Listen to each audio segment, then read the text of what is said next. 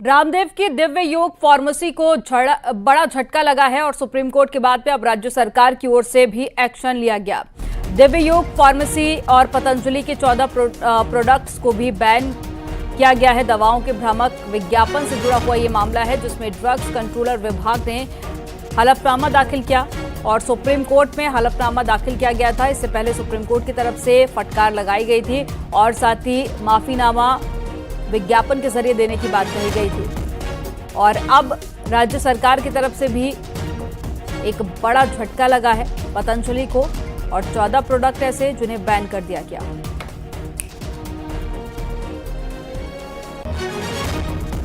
और ज्यादा जानकारी के साथ में अनुपम त्रिवेदी जुड़ गए हैं उत्तराखंड से एडिटर।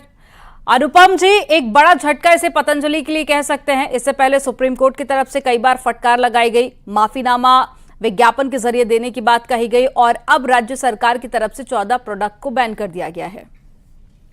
हाँ बिल्कुल अवंती, देखिए फिलहाल तो झटका है पतंजलि के लिए और इनकी जो सहयोगी कंपनी है दिव्या फार्मा, पर्सनली बाबा रामदेव के लिए और साथ में आचार्य बालकृष्ण के लिए भी, क्योंकि पतंजलि ने जो आयुर्वेदिक मेडिसिन को लेके उनका एक बड़ा कारोबार का हिस्सा जो है आयुर्वेदिक मेडिसिन बनाने से आता है, जितना भी रेवेन्यू है।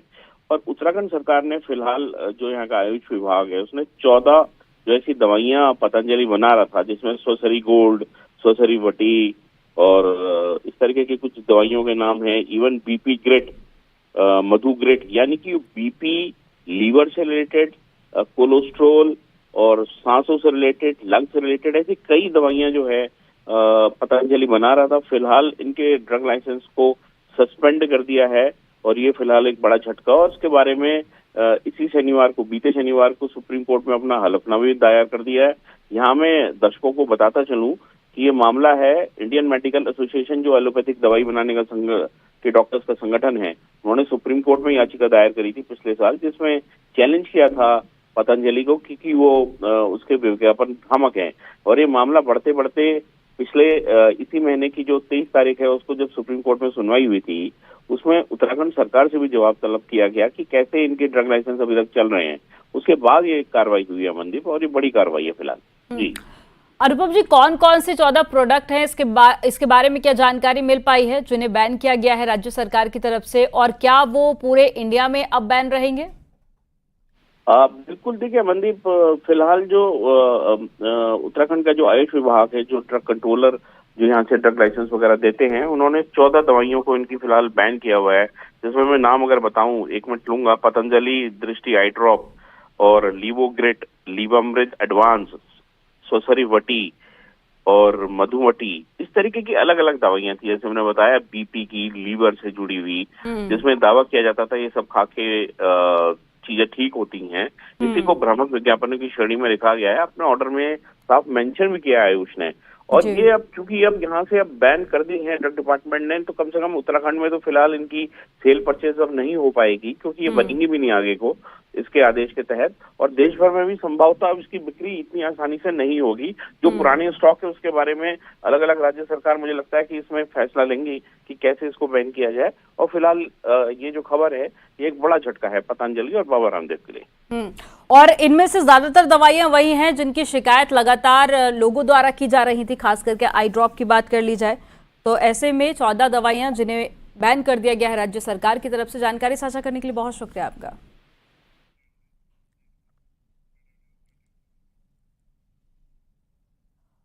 उत्तराखंड विद्यालय शिक्षा परिषद आज सुबह 11:30 बजे बोर्ड का रिजल्ट घोषित करेगा।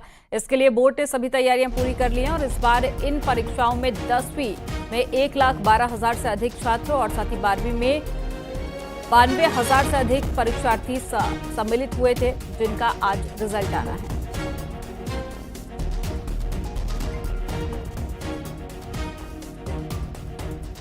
उत्तराखंड में 10th और 12th का आज रिजल्ट आएगा। वेबसाइट भी हम आपको बता रहे हैं जिस पर जाकर आप चेक कर सकते हैं। और साथ ही आपको बता दें कि 11 बजे रिजल्ट घोषित हो जाएगा। और ज्यादा जानकारी के साथ में देहरादून से भारती सकलानी जुड़ गई हैं लाइव। भारती, आज 10th और 12th का रिजल्ट घोषित होगा, 11 बजे टाइमिंग बताया जा रहा है। छात्र कैसे अपना रिजल्ट चेक कर सकते हैं, क्या कुछ वेबसाइट जारी की गई है? बिल्कुल, वेबसाइट अपलोड पे रिजल्ट अपलोड यहाँ पर कर दिया जाएगा और 11:30 बजे रिजल्ट अमनदीप आने वाला है। 10वीं और 12वीं के स्टूडेंट्स का एक साथ 2 लाख से ज्यादा स्टूडेंट रजिस्टर्ड हैं जिनका इंतजार खत्म हो रहा है आज। और पहली बार ऐसा हो रहा है कि अप्रैल में ही उत्तराखंड बोर्ड का रिजल्ट यहाँ पर जारी किया जा रहा है 10th और 12th का एक साथ ही साथ ये कहा जा रहा था कि जिस तरीके से सीबीएसई और आईसीएसई बोर्ड्स अपने रिजल्ट जल्दी जारी कर देते हैं और उसके बाद जल्द ही सेशन शुरू हो जाता है, तो ये एक मुख्य मकसद था जिस वजह से इस बार इस प्रक्रिया को जल्दी किया गया है और 10th और 12th का रिजल्ट जारी किया जा रहा है अप्रैल में ही। 30 अप्रैल आज के ही दिन सुबह 11:30 बजे रिजल्ट जारी कर दिया जाएगा। इसके साथ ही जो 2023 में अंक सुधार परीक्षा स्टूडेंट्स ने दी थी उसका रिजल्ट भी आज ही जारी हो जाएगा। तो वेबसाइट भी आपको बता रहे हैं जहां पर जाकर आप चेक कर सकते हैं 10th और 12th का रिजल्ट। इसके अलावा भारती, इस बार के रिजल्ट से छात्रों को कितनी ज्यादा उम्मीदें हैं और साथ ही स्टूडेंट कितना ज्यादा एक्साइटेड नजर आ रहे हैं? देखिए अमनदीप, अगर हम पिछले साल के रिजल्ट की बात करें तो पिछली बार अटल उत्कृष्ट स्कूल का जो रिजल्ट रहा था वो बेहद खराब रहा था और उसको लेकर नाराजगी भी थी क्योंकि पहली बार ये एक्सपेरिमेंट किया गया था कि सीबीएसई पैटर्न पर अटल उत्कृष्ट स्कूल्स को संचालित किया जा रहा है गवर्नमेंट के द्वारा। उत्तराखंड बोर्ड से एफिलेटेड है ये स्कूल और सीबीएसई पैटर्न्स पर चल रहे हैं। जिस तरीके से सीबीएसई के स्कूल्स में पढ़ाई करवाई जाती है उसी तरीके से इन स्कूल्स में भी पढ़ाई करवाई जाती है। पूरा इसको इंग्लिश मीडियम के तर्ज पर संचालित करने की व्यवस्था यहाँ पर की गई थी, लेकिन उसका रिजल्ट खराब रहा था। इस बार ये देखना दिलचस्प होगा कि तमाम यहाँ पर एक्सरसाइज की गई, इन बच्चों का रिजल्ट अच्छा आ सके। तो इस बार जो नजर रहेगी वो अटल उत्कृष्ट विद्यालयों पर भी रहेगी, उनका रिजल्ट किस तरीके से आता है 10th और 12th का। बिल्कुल, तो आज के रिजल्ट से सभी को बेहद उम्मीदें हैं। जानकारी साझा करने के लिए बहुत शुक्रिया भारती आपका। और अप्रैल महीने में ही कुमाऊं के उत्तरी व्रत के 4 जिलों में वन विभाग के आंकड़ों के अनुसार 200 जंगल जल चुके हैं, लेकिन सच्चाई इससे अलग है। अल्मोड़ा, पिथौरागढ़, चंपावत और साथ ही बागेश्वर जिलों के अधिकांश जंगल जलकर स्वाहा हो गए हैं। वन विभाग ने आग लगाने के आरोप में 104 लोगों पर मुकदमा भी दर्ज किया, जिनमें से 16 लोगों के खिलाफ नामजद रिपोर्ट दर्ज कर कार्रवाई शुरू कर दी गई है। बागेश्वर और साथ ही चंपावत जिले में तो आग लगाते हुए कुछ युवकों को हिरासत में लिया गया था। और ज्यादा जानकारी के साथ में अल्मोड़ा से किशन जोशी जुड़ गए हैं। किशन, जो सरकारी आंकड़े हैं वो कुछ और बयां करते हैं और तस्वीरें कुछ और ही बयां कर रही है, लेकिन ये बताइए कि अभी तक आग पर किस हद तक कंट्रोल कर लिया गया है?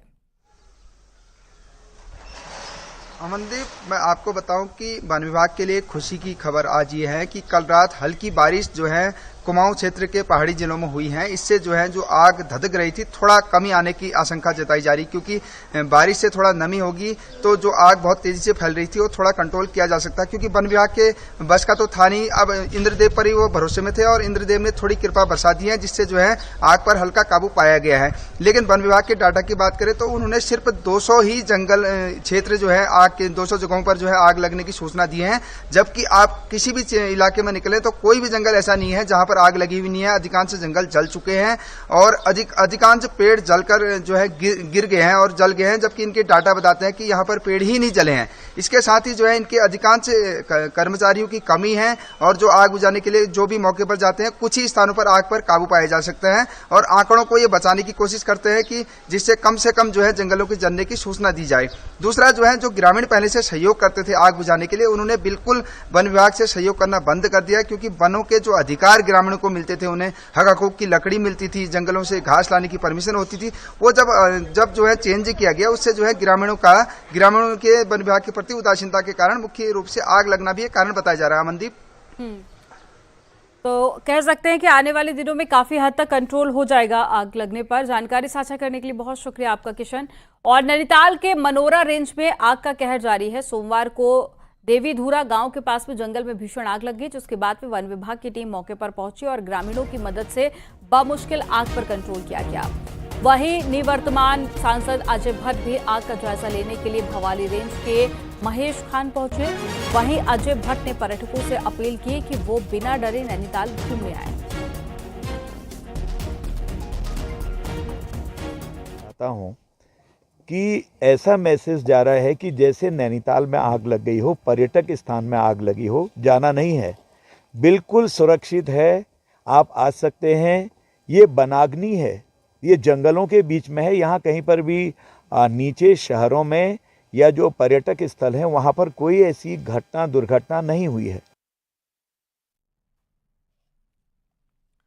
चारधाम यात्रा की तैयारियां तेज हो गई हैं। यात्रा को लेकर लोगों में भारी उत्साह है। चमोली में GMVN के गेस्ट हाउस में मई जून की बुकिंग फुल हो चुकी है और GMVN ने यात्रा की विशेष तैयारी की। तीर्थ यात्रियों को बेहतर सुविधा देने पर फोकस और साथ ही तैयारियां भी तेज कर दी हैं। तो चारधाम यात्रा की शुरुआत होने जा रही है। ऐसे में जो आंकड़ा है वो पिछले साल के मुकाबले भी बढ़ने वाला है, क्योंकि मई और जून महीने की बुकिंग फुल हो चुकी है। ऐसे में तैयारियां की जा रही हैं, क्योंकि ज्यादा संख्या में जब लोग यहां पर पहुंचेंगे तो वो आसानी से दर्शन कर सकें और उन्हें इस यात्रा में किसी भी तरह की कोई दिक्कत ना हो। इसको लेकर तमाम इंतजाम पूरे किए जा रहे हैं। तो चारधाम यात्रा के लिए पहले बुकिंग करनी होती है और मई और जून की बुकिंग पूरी हो चुकी है और साथ ही लोगों में भारी उत्साह इस वक्त देखा जा रहा है। चारधाम यात्रा को लेकर लोग इंतजार करते हैं, क्योंकि 6 महीने बाद ही ये कपाट खुलते हैं और अब जल्द ही चारधाम यात्रा के लिए यात्रा शुरू होगी और साथ ही चारों धाम के कपाट खोल दिए जाएंगे। ऐसे में बड़ी संख्या में लोग केदारनाथ, बद्रीनाथ पहुंचते हैं दर्शन करने के लिए और इसको लेकर प्रशासन ने भी कमर कस ली है।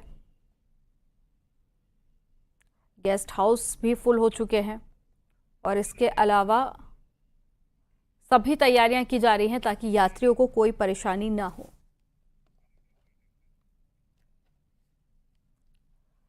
– 2013 की आपदा के बाद में हेमकुंड साहिब का मुख्य पड़ाव गोविंद घाट धीरे धीरे बदलने लगा है। यहां आपदा के बाद में बर्बाद हुई पार्किंग दोबारा बनाई जा रही है। करीब 1000 से ज्यादा गाड़ियों के रुकने के लिए पार्किंग की व्यवस्था की जा रही है।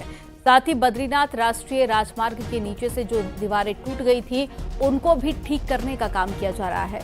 हेमकुंड साहिब यात्रा के मुख्य पड़ाव गोविंद घाट में इस बार भव्य गेट भी बनाया जा रहा है। वहीं हेमकुंड साहिब पैदल मार्ग पर सेना की सहायता से बर्फ हटाने का काम भी किया जा रहा है। अब सबसे बड़ी बात थी कि नीचे पार्किंग की जो गाड़ियों की पार्किंग थी उसकी बहुत बड़ी एक दिक्कत रहती थी, तो वो भी सरकार के माध्यम से और प्लस जो प्राइवेट लोग हैं यहाँ पे लोकल लोग हैं उन्होंने भी अपना काफ़ी काम किया है। तो लगभग 1000 गाड़ी खड़ी होने की पार्किंग की व्यवस्था गोविंद घाट में हो गई है। और यहाँ पर वक्त हो गया एक छोटे से ब्रेक का। आप देखते रहिए न्यूज़ 18।